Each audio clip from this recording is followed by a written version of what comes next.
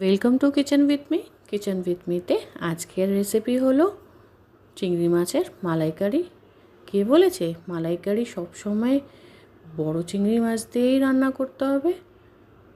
ছোট মাছ দিয়েও বেশ সুন্দর মালাইকারি করা যায়। আমার ছেলে তো মোটেও বড় চিংড়ি খেতে চায় না, ওর বলে ছাবা লাগে। ও ছোট তো, তাই ওর জন্য বিশেষ করে সবসময় আমরা মিডিয়াম সাইজের মাছই আনার চেষ্টা করি। আজকের মাছটাকে রান্না করার জন্য আমি এখানে নিয়েছি, মাছগুলোকে বেশ ভালো করে ছাড়িয়ে নিয়ে ধুয়ে নিয়েছি। এবার মাছগুলো দেখে তোমরা বলো দেখিনি এটা কী চিংড়ি মাছ। আমি সত্যিই জানি না এটা কী চিংড়ি, আমাকে কমেন্টে অবশ্যই তোমরা জানাবে এটাকে কী চিংড়ি বলে। চিংড়ি মাছগুলোকে বেশ ভালো করে ধুয়ে নেওয়ার পরে এর মধ্যে আমি নুন হলুদ মাখিয়ে নেব। নুন হলুদ মাখিয়ে বেশ ভালো করে নুন হলুদটা মাখিয়ে নেব। আর এদিকে কড়াইয়ের মধ্যে আমি সর্ষের তেল গরম করতে আগের থেকেই দিয়ে দিয়েছি, আর এখানে বেশ ভালো করে মাখিয়ে নিয়েছি।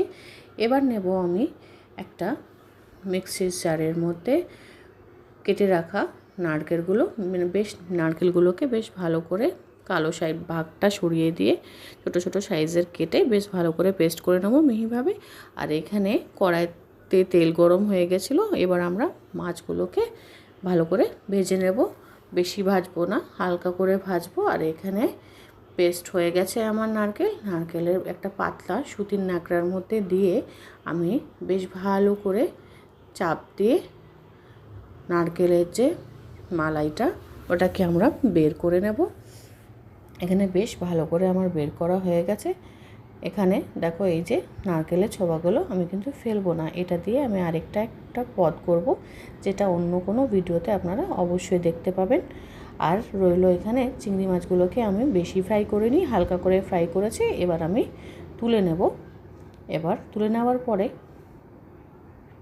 আমি এই তেলের মধ্যে দিয়ে দেবো এবার বেটে রাখা পেঁয়াজ দিয়ে পেঁয়াজটাকে বেশ ভালো করে নাড়াচাড়া দিয়ে নেব।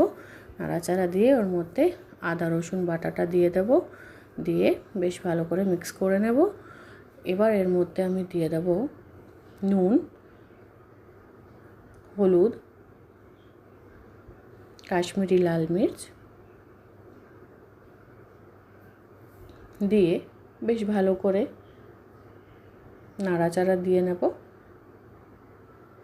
দিয়ে যখন মশলাটা বেশ ভালো করে ভাজা হয়ে যাবে, যখন আদা রসুনের কাঁচা গন্ধটা সরে যাবে, এবার দিয়ে দেব আমি তোমার মালাইটা, নারকেলের যে মালাইটা আমরা বের করে রেখেছিলাম সেটাকে দিয়ে এবার একটু সামান্য নাড়াচাড়া দিয়ে গ্যাসটাকে লো ফ্লেমে রেখে নেব। এবার ভালো করে নাড়াচাড়া দিয়ে নেব। এবার এর মধ্যে আমরা চিংড়ি মাছগুলোকে দিয়ে দেব। আপনাদের আমি সবসময় সহজভাবে কিভাবে ভালো করে রান্না করা যাবে, সুস্বাদে রান্নাটাকে সার্ভ করতে পারবেন, সবাই যেরম ভালো বলুক আর সহজেই যেরম রান্নাটা হয়ে যাক, আপনাদের সেরম রেসিপি দেখানোর চেষ্টা করি। রান্নাটা কেরম লাগলো অবশ্যই জানাবেন, আর যদি ভালো লাগে তাহলে ভিডিওটাকে শেয়ার করতে ভুলবেন না। এবার আমি উপর দিয়ে একটু গরম মশলা ছড়িয়ে দেব আর একটুখানি চিনি দিয়ে দেব, দিয়ে বেশ ভালো করে নাড়াচাড়া দিয়ে সার্ভ করে ফেলবো। ভিডিওটি কেমন লাগলো অবশ্যই জানাবেন।